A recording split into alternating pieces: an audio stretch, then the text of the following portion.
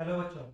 तो आज हम अपना सीयूईटी इकोनॉमिक्स डोमेन के ऊपर नेशनल इनकम के ऊपर बात करेंगे, which is quite important topic as you all are aware about this thing. And थोड़ा सा कुछ कुछ कॉम्प्लिकेशंस भी बीच में आती हैं इसमें, कुछ न्यूमेरिकल्स वगैरह में। तो if you learn the concepts in A thoroughly manner तो आपको उसमें प्रॉब्लम नहीं आएगी। तो हमारा चैप्टर शुरू हो रहा है national income and related aggregates. तो जैसे पार्ट ए पार्ट बी है, तो आपको पता है नेशनल इनकम और इंडियन इकोनॉमी। तो बात करेंगे मैक्रो इकोनॉमिक्स के ऊपर। तो मैंने कई बार बता चुका है माइक्रो इकोनॉमिक्स और मैक्रो इकोनॉमिक्स के ऊपर मैं आपको डिफरेंस बता चुका हूँ। Micro economics deals with the individual and macro economics deals with the as a whole. जैसे माइक्रो इकोनॉमिक्स के क्या एग्जांपल बताए थे आपको, demand, supply, personal income. Macro economics के क्या एग्जांपल है, एग्रीगेट डिमांड, पूरे देश की डिमांड, पूरी इकोनॉमी की डिमांड, एग्रीगेट सप्लाई और नेशनल इनकम। ठीक है, तो इस तरह से डिफरेंस है। तो पहला क्वेश्चन तो हमारा वही बनता है। ठीक है, फिर वो बोल रहा है macro economics is that branch of economics which deals with aggregates और issue related to the economy as a whole. मैंने बताया ना, एज ए होल पूरी इकोनॉमी को, जैसे Indian economy.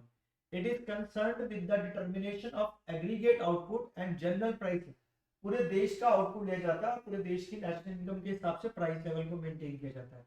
It studies the problem, क्या प्रॉब्लम डिस्कस करता है at the level of an economy, such as problems of inflation, unemployment, which are not the problems of all one individual।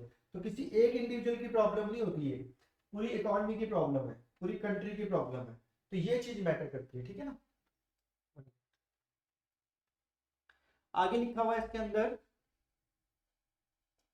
Subject matter of macro economics. हम किन किन चीजों के ऊपर ज्यादा बात कर सकते हैं। पेपर तो एमसीक्यू बेस्ड है, तो आपको क्या हो सकता है कि कौन कौन से सब्जेक्ट चल सकते हैं। तो पांच है। Number one is employment, number two is national income, number three is pricing, money and international trade. यानी कि macro economics depends upon these five sectors जिनके ऊपर हमारे को काम करने की जरूरत है। एम्प्लॉयमेंट नाम से क्लियर हो गया, एम्प्लॉयमेंट कितना है, voluntary unemployment, involuntary unemployment, under employment, पूरा डिटेल में आएगा। जनरल प्राइस जैसे हमने बताया था, डिमांड, फिर डेफिशिएंट डिमांड, ऐसे सप्लाई, फिर डेफिशिएंट सप्लाई या इन्फ्लेशनरी डिमांड, लाइक दिस, वो भी पूरे चैप्टर में। फिर उसके बाद जनरल प्राइस मैंने बता दिया आपको। नेशनल इनकम ये हो गया था, डोमेस्टिक इनकम और नेशनल इनकम पूरे न्यूमेरिकल्स होते हैं इसके अंदर। और फिर मनी के अंदर बताया जाता है मनी एंड बैंकिंग, ये भी पूरा चैप्टर आएगा मैक्रो इकोनॉमिक्स के अंदर। और इंटरनेशनल ट्रेड, पूरे वर्ल्ड के हिसाब से अपनी कंट्री को तुलना करना। ठीक है, कॉस्ट कंपैरिजन हो जाता है। Basic concepts of macro economics, तो बेसिकली यहां से शुरू है चैप्टर। तो basic concept of macro economics क्या है, पहला पॉइंट ही लिखा हुआ है इसके अंदर, फाइनल गुड्स। फाइनल गुड्स का मतलब क्या होता है, वो गुड्स जो रेडी टू कंज्यूम है। जैसे suppose I would like take cold drink, दुकानदार ने दी और मैंने पी ली, इट्स अ फाइनल गुड। ठीक है ना, तो क्या लिखा, जैसे साबुन लिया, पेन लिया, कॉफी ली, सीधा यूज करना शुरू किया, शर्ट ली, हाँ, मशीन वॉशिंग मशीन ली, सीधा यूज करना शुरू किया, तो फाइनल गुड है। लेकिन इसके साथ साथ दूसरी चीजों के बारे में पता होना चाहिए। तो दूसरी होता है इंटरमीडिएट गुड्स। जैसे अगर ब्रेड को आपने चाय में डिगो के खा लिया या वैसे खा लिया, तो ये फाइनल गुड्स है। लेकिन ब्रेड के आपने ब्रेड पकोड़े बनाए, तो वो फाइनल गुड नहीं है आपकी, वो इंटरमीडिएट गुड्स है। क्योंकि उसके लिए आपको बेसन भी चाहिए, मसाले, तेल, ये वो, गैस, सब कुछ चाहिए होगा, फिर आप वो ब्रेड पकोड़े बनाएंगे। तो बोलेंगे फाइनल प्रोडक्ट क्या, bread pakora, but bread is an intermediate product. ठीक है, तो आगे लिखा है कंज्यूमर गुड्स और कंजम्पशन गुड्स। नाम से क्लियर है, जैसे आइसक्रीम, मिल्क, जो यूज कर रहे हैं कंज्यूमर लेवल पे, जैसे हमारे लिए एक तरह से फाइनल था, यू कैन से। ठीक है, एंड प्रोडक्ट होता है। कैपिटल गुड्स, जो आगे चीजें बनाने के लिए काम आता है, जैसे कि these are the goods which are used to produce other goods and services, जैसे plants and machinery, building etcetera, कारखाने होते हैं। अब बात करते हैं इन्वेस्टमेंट। इन्वेस्टमेंट का सिंबल होता है आई। ठीक है, आई, और वाई होता है इनकम का सिंबल। क्या लिखा है, it is the process of capital formation for a firm to increase और increase in the stock of capital. यानी कि आपके स्टॉक कितना बड़ा, वही तो आपका इन्वेस्टमेंट हुआ ना। पहले मेरे पास पहले से पड़े हुए थे 5 लाख रुपए, इस साल मेरे हो गए 5,50,000, तो 50,000 इन्वेस्टमेंट करी ना।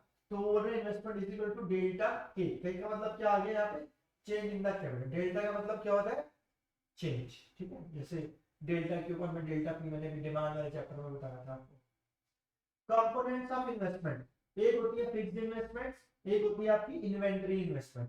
फिक्स्ड इन्वेस्टमेंट का मतलब क्या आ रहा है, जो है पूरे फाइनेंशियल ईयर के अंदर आपने इन्वेस्टमेंट करी। इट रेफर्स टू इंक्रीज और addition in the stock of fixed assets of the producing during a financial year. एक फाइनेंशियल ईयर में यानी 1 अप्रैल से 31 मार्च तक जो भी आपने पैसा डाला था वो हमारा क्या हो गया था, फिक्स्ड इन्वेस्टमेंट। इन्वेंटरी का मतलब क्या है, स्टॉक से रिलेटेड।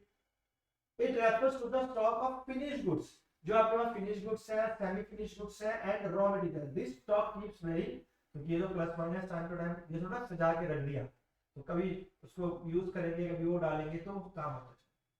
टाइप्स ऑफ इन्वेस्टमेंट, तो नंबर 1 आ रहा है ग्रॉस इन्वेस्टमेंट। ग्रॉस और नेट का फंडा आपको पता होना चाहिए, जैसे कि जैसे डेप्रिसिएशन होता है ग्रॉस और एक होता है नेट, उसमें से कुछ चीजें माइनस करके फिर वो नेट आ जाएगा, ठीक है। तो यहाँ पे ग्रॉस क्या हो रहा है, increase in value of capital stock during a specific period is called gross investment. एक पर्टिकुलर पीरियड ऑफ टाइम पे जो आपने इन्वेस्टमेंट की ग्रॉस है, that is expenditure on fixed assets और ऑन इन्वेंटरी स्टॉक, ये तो स्टॉक खरीदा या कोई machinery like this. Gross investment expenditure on purchase of fixed assets in an accounting year plus expenditure on stock. तो ये वाला क्वेश्चन बनता है कि ग्रॉस इन्वेस्टमेंट में क्या इंक्लूड होता है क्या नहीं होता, तो आपको पता चल गया, एक तो इन्वेंटरी स्टॉक और दूसरा परचेज ऑफ फिक्स्ड एसेट। आगे चलते हैं। नंबर 2 टाइप की इन्वेस्टमेंट थी हमारी नेट इन्वेस्टमेंट। तो नेट इन्वेस्टमेंट का मतलब क्या होता है, it is the actual increase in stock. Net का तो हमेशा मतलब यही होगा, एक्चुअल इंक्रीज, ये नहीं कि अब वैसे कितना होगा। During an accounting year it is termed as capital formation. Gross में से डेप्रिसिएशन लेस करेंगे, ठीक है ना, तो नेट आ जाता है। जीडीपी से एनडीपी आना है, ग्रॉस में से डेप्रिसिएशन लेस करेंगे तो एनडीपी आ जाता है, ये भी हम बताएंगे सारे फॉर्मूले। डेप्रिसिएशन का मतलब होता है नॉर्मल वियर एंड टियर हो जाता है। लॉस इन द वैल्यू, जैसे आपने कार खरीदी थी 10 लाख की, अगले साल उसको बेचना चाहोगे तो 9 लाख या 8 लाख मिलेंगे, उसके अगले साल तो बेचोगे तो 6-7 लाख ही मिलेंगे, एंड ऑफ द डे में बेचोगे तो 10-20-50 हजार ही मिलेंगे। तो डेप्रिसिएशन होता है normal wear and tear, normal rate of accidental changes and expected और फोर्सिंग ऑब्सोलेंस। ऑब्सोलेंस का मतलब ये हो जाता है जो आउटडेटेड हो, ठीक है, तो वो हमारा होता है डेप्रिसिएशन। स्टॉक का मतलब क्या है, stock is a quantity of any economic variable which is measured at a particular point of time. This thing is important.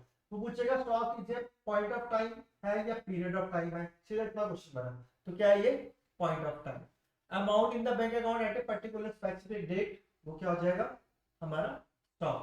flow का मतलब क्या, period of time। This thing is important. stock is a point of time and flow is a period of time. Income और expenditure over a time period of 1 month और 1 year, इस पूरे साल के अंदर। लेकिन आज मेरे बैंक अकाउंट में कितना पैसा है वो पॉइंट ऑफ टाइम है, that is called stock. Clear. आगे सर्कुलर फ्लो बहुत इंपॉर्टेंट है, बहुत आसान है, कोई मुश्किल नहीं है। तो सर्कुलर फ्लो का मतलब होता है, जैसे पहले ना डायग्राम समझते हैं ये वाला, इससे पूरा सर्कुलर फ्लो ही समझ आ जाएगा। देखो ये हो गया प्रोड्यूसर या फर्म, ये हो गया हाउस यानी कि हम, ठीक है। तो जो प्रोड्यूसर होता है वो गुड्स एंड सर्विसेज देता है, लेकिन गुड्स एंड सर्विसेज देगा कब, जब हम लोग काम करने जाएंगे, है ना। तो ये देखो हमने क्या दिया उसको, factor services, land, labour, capital and entrepreneur. तो हम लोग उसको क्या लेते हैं, लैंड लेते हैं, लेबर लगे या पैसा इंटरेस्ट पे दिया या कुछ बिजनेस, उसके बदले में इसने हमारे को दे दिया गुड्स एंड सर्विसेज। अब हमारे को गुड्स एंड सर्विसेज देगा तो हमारे को उसको पैसे देने पड़ेंगे, लेकिन जब हमने लैंड, लेबर, कैपिटल, एंटरप्रेन्योर दिया तो उसको भी तो पैसे देने पड़ेंगे ना। तो ये चीज समझने वाली है।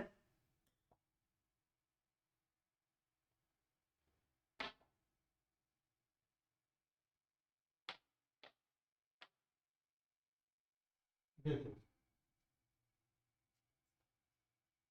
कंजम्पशन एक्सपेंडिचर यानी कि पैसा आज ये दे रहे हैं, इसको क्यों दे रहे हैं, क्योंकि इसने हमारे को गुड्स एंड सर्विसेज दिया है तो इसमें पैसा इन्वॉल्व हो गया।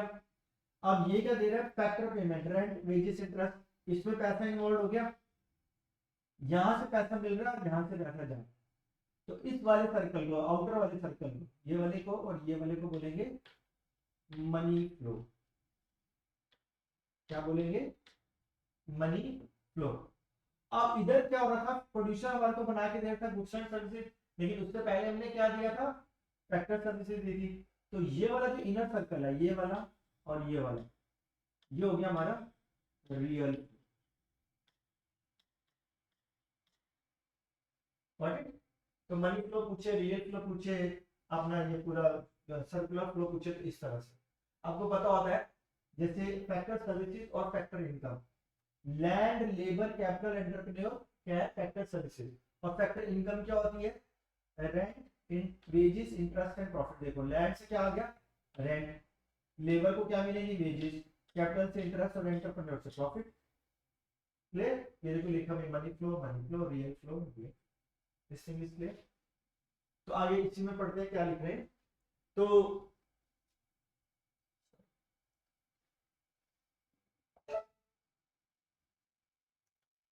यहाँ पे house hold sector, producing sector, government sector and rest of the world.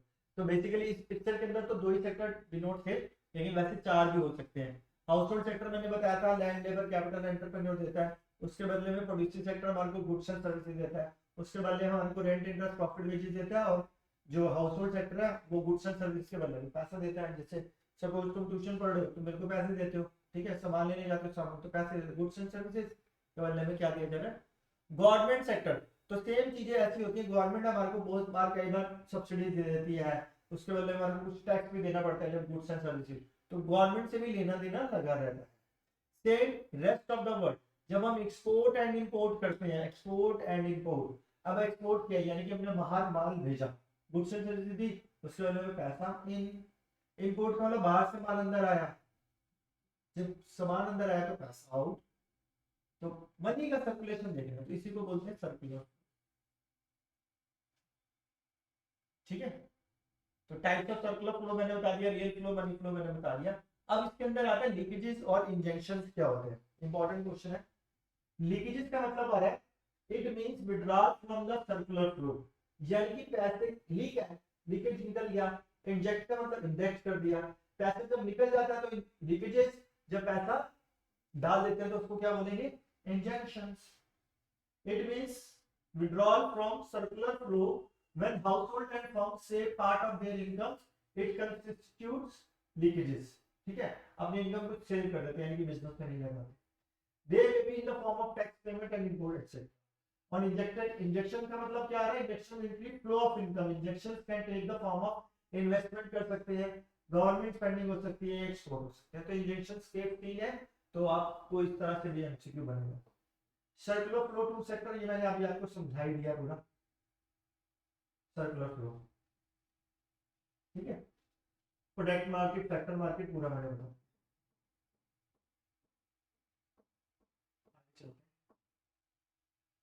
According to the diagram total production of goods and services, ये पूरा मैंने एक्सप्लेन कर दिया। Factor income, factor services, real income, money flow.